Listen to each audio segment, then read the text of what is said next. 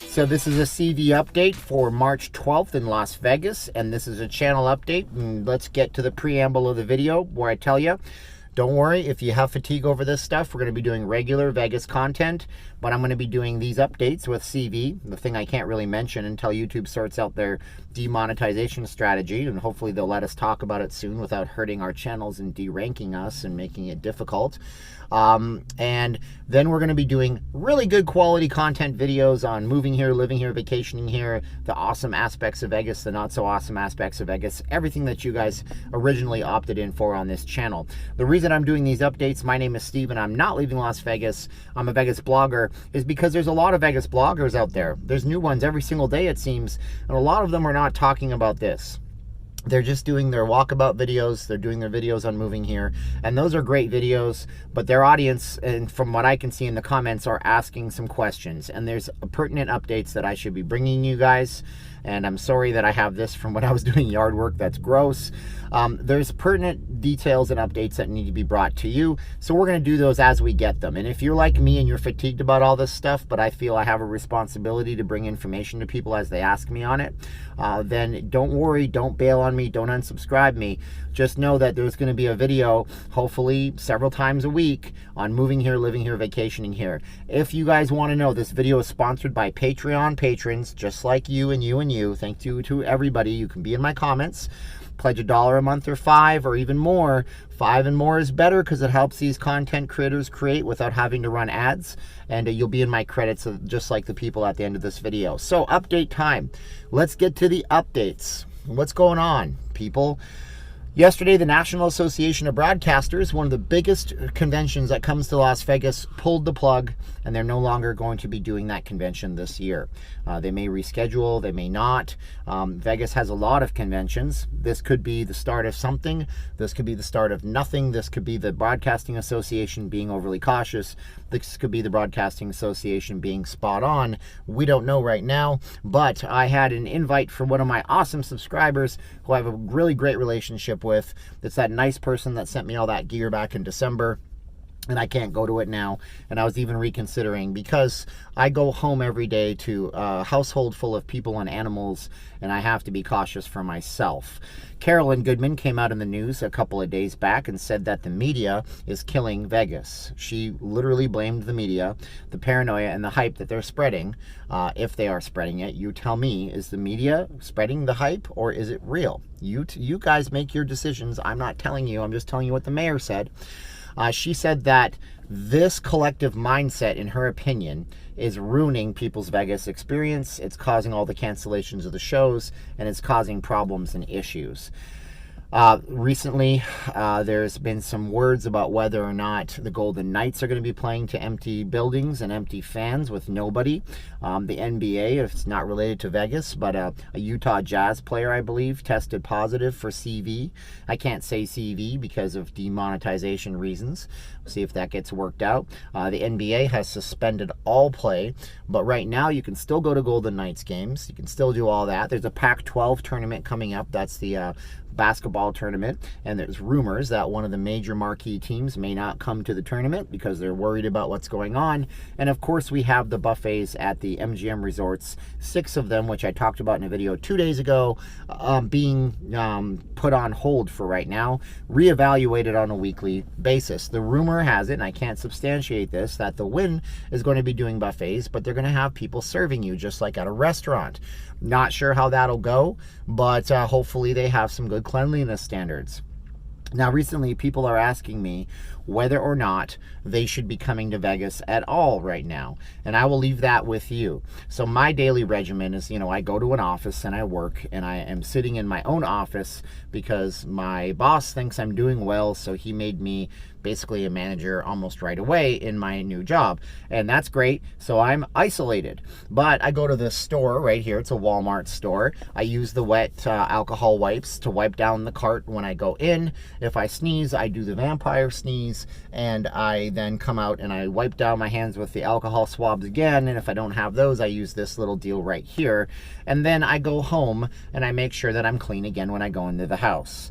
That's my regimen. Now, when you're in Las Vegas, it might be difficult to do that. If you're packing carry-on luggage and so on and so forth, you know, how many alcohol swabs and wipes and things can you carry and put into your luggage before you're paying for extra luggage? I have a friend who works at the New York. He says that it's business as usual and everything seems to be hunky-dory, a-okay. Lots of people. But you got to remember, too, that these trips to Vegas oftentimes aren't spontaneous. And with the not being spontaneous, it means that people have planned these trips months in advance.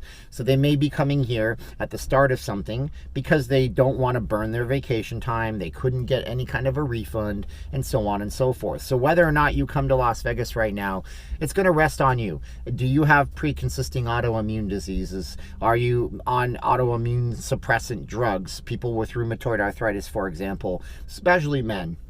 That's an autoimmune disease. It attacks your joints.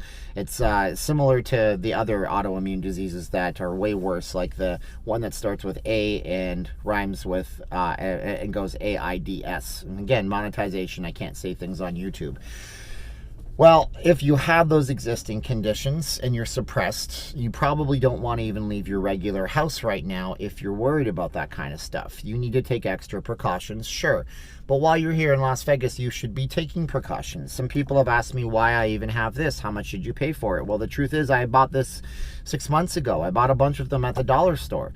And I was using this when I was working on the strip because you never know. There's a bazillion people that come to Vegas. The actual literal figure is 44 to 45 million people a year. And they come in from everywhere. So I've been using this for a long time. Now you might argue that this will destroy your immune system and antibacterial soap is bad for us as a general thing, but right now it's probably your best bet to use something like this if you do come into town. You can't buy it here, so you have to buy it back home, and if you can buy it back home, you might have a little cottage industry, if you know the term, where you can be selling this stuff, but just don't sell it too much, okay? Just mark it up a few bucks if people want it, because I'd be willing to pay $3 for this thing, but don't make it 30. So that's the answer to whether or not you should even come to Las Vegas right now. It's really going to be your call. Those are some updates.